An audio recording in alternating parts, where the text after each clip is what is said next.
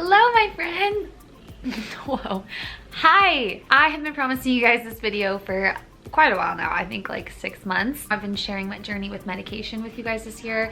First on antidepressants for anxiety, and then now I'm on a mood stabilizer, and I am truly, honestly, the happiest that I feel like I've been in a long time. I feel like I understand myself better than I ever have, and I feel like I'm just finally in a really good place. I wanted to share with you guys what things I've been doing besides taking medication that I feel like have really helped. These are in no particular order of importance. I'm just gonna kind of throw all of them at you. My first one that I wrote down is loving myself in my love language. Honestly, being in a pandemic and having physical touch as your love language is not ideal. Little bit touch starved. My roommate definitely is not a touchy-feely person, so she said during the pandemic, I get 1 hug a month. I think I need to collect on the last couple months still. Definitely will be bringing that up to her. One way that I love myself in my love language is giving myself hugs. I know that sounds weird and it's gonna feel really dumb the first time you do it, but literally just like wrap yourself up in your own arms and just hug yourself. It just feels good and it's nice and it's comforting. Also stretching. I stretch first thing in the morning. Did you guys know that trauma is stored in the body, particularly in the hips for women? So releasing that helps you to release that trauma and those negative emotions. Sometimes I'll watch like a yoga video on YouTube and try to follow along. And it also helps me feel like a little bit more confident because I feel like I can move a little better. It makes dancing more fun and easy, even though I'm just dancing in the mirror, whatever. Going along with stretching is working out. And I know I hate when people are like, you should work out, you'll feel better. It's annoying, but it really does honestly help. And my gym just opened back up. So I've been in there like 3 or 4 times a week and I don't really know what I'm doing, but I just look up workouts on TikTok, honestly. There's a lot of girls who will show you exactly what to do in a 60-second video. It helps with the confidence, which helps with the self-love, which helps us feel better. So it's all connected. Okay, the next one is doing daily affirmations in the mirror. Honestly, I used to be kind of like, about affirmations. I don't know, they just felt kind of trite, kind of silly. The ones that are like, I am beautiful, I am loved, I am safe. Those don't really do anything for me. I don't really feel any better by using those, you know? But then last year I was looking up strategies for basically just how to heal your brain and heart from trauma and how to get over mental illnesses and cope with anxiety and depression. And I kept hearing about affirmations. But one day I was at Urban Outfitters and I saw this book, Little Book of Affirmations. It was $12.95 and it has a bunch of affirmations in it that are not the lame ones. So I'm just gonna open up to a random page so I can show you guys kind of what they say. All right, this one says, I am confident in my ability to let go of neurotic behavior. I wouldn't say confident, but we're working on it. We're working on it. All I do is I will just look at myself in the mirror. I'll put a hand on my heart. I'll take a couple deep breaths. I'll look at myself in the eyes and I'll say it like 5 to 10 times. I don't know if that's how you're supposed to do it, but I always enjoy it. Kind of weird intentionally staring at yourself, but either way, doing these definitely helps. This next one is probably my favorite and definitely the one that I think has helped me overall the most, and that is meditation. People have told me for a long time that I should meditate, and I was always like, kind of like the affirmations. That's kind of hippy dippy. I'm not really into that. All of this spirituality stuff kind of felt weird to me, and then I tried it and kept trying it and kept feeling better and better, and now I recommend it to anyone and everyone because I think it is the most life-changing thing ever. I used to wake up and the first thing that I would do is check social media, and I was just bombarded with images that would cause me to compare myself or make me feel judged or called out. I was just taking in things from other people's lives and absorbing their energy and their thoughts and their feelings and their emotions about everything. And then when I started meditating, I put on some headphones, I get in a comfortable position, and I listen to someone just pump me with positivity and kind, loving words. I promise you it is such a nice way to just start your day off on a positive note, feeling good and happy and calm and peaceful. I promise you, please try it. Please try it. You don't need any fancy apps, although there are some. I really like Calm and Headspace, but for those starting out, I would definitely suggest just going on Spotify or on YouTube, and there are tons of meditations. I would definitely suggest doing the guided meditations. I've never done anything other than guided meditations because I don't want to just sit there with my thoughts. Not yet anyways. I prefer to have someone talking to me. So start with like a 5 or 10 minute one and just listen. That's all you have to do. Just sit there and listen and see how you feel. Just try it for a week. Just 1 week. See if you like it. Come back and let me know what you think if you do. Some of you guys aren't gonna like this one. Cold showers. They have been scientifically proven to lower depression, and it's also really good for your hair. It helps the ends of your hair like connect or something so that it doesn't split. I don't really know, but my hair is looking fab lately, if I do say so myself. Also, I don't really like hot showers anyways. I'm not a big hot water person. I get kind of almost claustrophobic, which sounds weird, but it just, I don't know, I don't like the way it feels in my own skin when I'm really hot. Another one, organizing my space. I organized my closet and then I kind of just redecorated my whole bedroom and organized things in a more functional way. It felt really cluttered and it was kind of stressful and it made getting dressed harder, and then I never felt that cute. And so I sold like 2/3 of my closet on Poshmark this summer and bought like a few things that I really like. I just enjoy my time in here a lot more now, and so I feel a lot more calm and at peace because being at home is the place that I like being, which is good because it's the place I'm spending like 99% of my time right now. I'm fine. No, everything's fine. Okay, this next one kind of makes me laugh, but scream therapy is a real thing. Sometimes when I'm feeling really overwhelmed, really anxious, really irritable or angry or whatever, I will just go for a drive and I will get on the freeway and I will play loud music. I will roll my windows down and I'll have my sunroof open and I will just scream at the top of my lungs, like to the point where my throat kind of hurts. It is the most cathartic release to just get all of that negativity out, and I swear to God, you will feel better afterwards. Please try it. Please try it. One of these days, I'm gonna drive out to somewhere where it's just completely remote and I can get out of my car and scream, but I don't really have anywhere that I can go to do that where someone probably wouldn't call the cops, so jury's out on that one. Okay, this one's kind of random, but changing the alarm tune that I use has been so helpful because this is what I used to wake up to. And it would jolt me out of bed. I hated it. It just started my day with my heart racing. This is what I wake up to now, and I love it.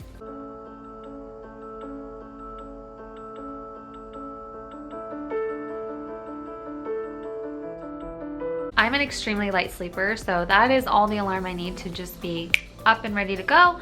But I know a lot of you are heavier sleepers, so maybe that wouldn't work for you. Something else. Using headphones while shopping. To someone who doesn't have anxiety, this might not seem like that big of a deal. I hate big crowds, especially now that I'm not really going out and going around a bunch of people very often. Every time I go to the store, or okay, I went to Target on a Saturday the other day. Whew, that was a mistake. Luckily, I brought my earphones. It just kind of helps you block out everyone else that's there and makes you feel a little less anxious, or at least it does that for me. Ooh, this next one, setting boundaries. This one is a little bit harder because it's not something you're just doing with yourself. Well, you should set boundaries with yourself. No negative self-talk. Do those affirmations. But I'm talking more about setting boundaries with your family, with your friends, with your significant other. I know it's hard, but standing up for yourself and saying, I respect myself and I value and honor my emotions and my feelings more than I value protecting other people's emotions and feelings. That's really powerful, and that's telling yourself, I love you, I care for you, and I'm not gonna sabotage you and abandon you essentially anymore by caring more about how other people feel. You're not gonna like me for this one. This one's not fun either. But this is a workbook that was suggested to me by my therapist. It's on Amazon. I think it was like 20 bucks, maybe, if that. There are a lot of pages where it's like just reading, where you're learning about a certain skill or coping strategy or whatever. And then there's parts where you're actually doing like workbook type things where you have to write and reflect on the prompt and talk about how you're going to use that skill. I haven't worked through too much of it. I'm still on page 41. Honestly, it is very heavy emotionally to work through, so I would definitely suggest just taking it in small chunks. It says practical DBT exercises for learning mindfulness, interpersonal effectiveness, emotional regulation, and distress tolerance. So if those are not skills that you learned from your caregivers, here you go. I'll link it down below for you guys so you can check it out if you want to. The next one is kind of childish, but I really enjoy coloring. I just have this big bag of colored pencils and a little sharpener in it. And then I just use my whiteboard and I'll just pull out a page from my coloring book. This is the one I'm working on right now. And I'll just put on a TV show and just color. It's mindless and it's cathartic because it's pretty, and I don't know, I really like it. Kind of going along with that is reading. I used to read so much when I was a kid, and then honestly once I became a teacher I kind of just stopped reading. This last year I tried to pick up reading again. I think I read probably around 15 books. I'm not super impressed with that number, but it was definitely a good start. But this next year I want to get a lot more into reading because it's just relaxing, it's calming, I get to learn stuff. And I find that if I'm not filling my free time with activities like that that are peaceful and calm, then I resort to just going on social media, which, as you guys know, can be a really negative thing, especially if you're in a bad headspace. Another thing that's been really helpful is watching therapists on YouTube, TikTok, or Instagram. I can't even begin to tell you guys how much I've learned from these Chinese therapists. Honestly, probably more than from my own therapist. It's so helpful just seeing little snippets here and there when someone's talking about something that maybe you necessarily weren't thinking about or didn't know or really related to, and had no idea that this thing that you've always felt or dealt with is actually this, and there's ways to help it. That has been really, really healing for me. Learning about the way that my brain works and then helping myself find strategies that can help me fix those things and feel better about those things, that has been a great act of self-love. The next one, spending time alone intentionally. I used to hate spending time alone. Like hate. I didn't want to be alone with my thoughts. I didn't have hobbies and things that I like to do. I didn't enjoy being alone. But now I found things that I like to do. Honestly too, it's really nice not having to think about other people and think, what do they want to eat? Where do they want to go? What do they want to do? Honestly, not having to talk to anybody and socialize, not having to listen to other people's music. I just really like that feeling of quiet and peace, and not feeling like there's this pressure of having to perform or be a certain energy level for people that they expect. I like just being able to just be. That feels like peace, and I'm no longer looking for outside things or people to give me validation or make me feel worthy or special or loved, because I already feel those things for myself. So anyone else that comes into my life is just a bonus. In a weird way, I'm really thankful for the pandemic, because that really forced me to have to spend time alone. I've never really had to do that before. I don't know if I would have got here had this not happened this last year, but I'm really thankful for it either way. A fun hobby that I picked up this year that I've really come to enjoy is calligraphy. I saw this at Target. It basically walks you through how to make all the letters, numbers. Oh, this is so embarrassing. Oh my gosh. Look at this one. This one's the cues. Those are obviously terrible. I even wrote WTF. There's a lot of good practice in this book, but once I ran out, I just got a sketchbook from Target, a big one. It has nice thick paper in it. This is so random, the words that are on here, but I just take this when I'm watching TV, and I will just start hand lettering words that I'm hearing the characters say and just practice the letters. And look how much better I've gotten. Honestly, I'm proud of myself. I know I'm not very good at it, but it's definitely something that I've found to be very enjoyable, and it's very cathartic and relaxing, because you're just doing like the same strokes over and over. And if you have like a bunch of colorful pens like this, then it's beautiful. Oh, these pens I really like, by the way. I got these at Target. Like a little beauty influencer here, you guys. Wow, why is this not showing up? There we go. Okay, remind me to never make a beauty YouTube channel. I like this side. This again. Whatever, the brand is Zebra. It is the Midliner Mild Ink double-ended pen, and it has a bold side and then a fine side. Honestly, I never use the fine side. I don't even know how to. I'm not steady-handed enough for that, but I like this side. I'll go through once and then I'll just go back and fill it in, and it's beautiful. Okay, the next thing I wrote down is crying, but I genuinely mean that, because crying is so cathartic. It just releases all those emotions. It allows you to get it out. I'm definitely not the kind of person who pents up emotions. I wear my heart on my sleeve. I wear my emotions on my sleeve. I personally cry all the time, and I'm not ashamed or embarrassed about that one bit. It's not a bad thing. Taking myself on dates.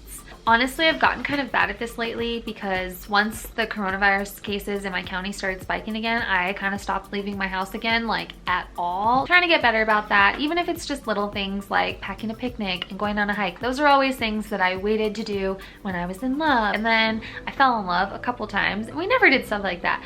So I'm gonna start doing that for myself. Okay, the next one, getting dressed up every day and making yourself feel cute. I don't know about you guys, but when I don't feel cute, I definitely am not putting forth the same bubbly energy. I don't feel as confident, and I feel like I just don't have as good of days in general. Especially now during quarantine, we don't really have anywhere to go, so it's not really like I'm getting dressed up very often. I wear sweatpants every day on the bottom, because at work I'm sitting down in front of a computer. They'll never know. I was just feeling gross every day, and I just didn't feel good. So I started showering every day.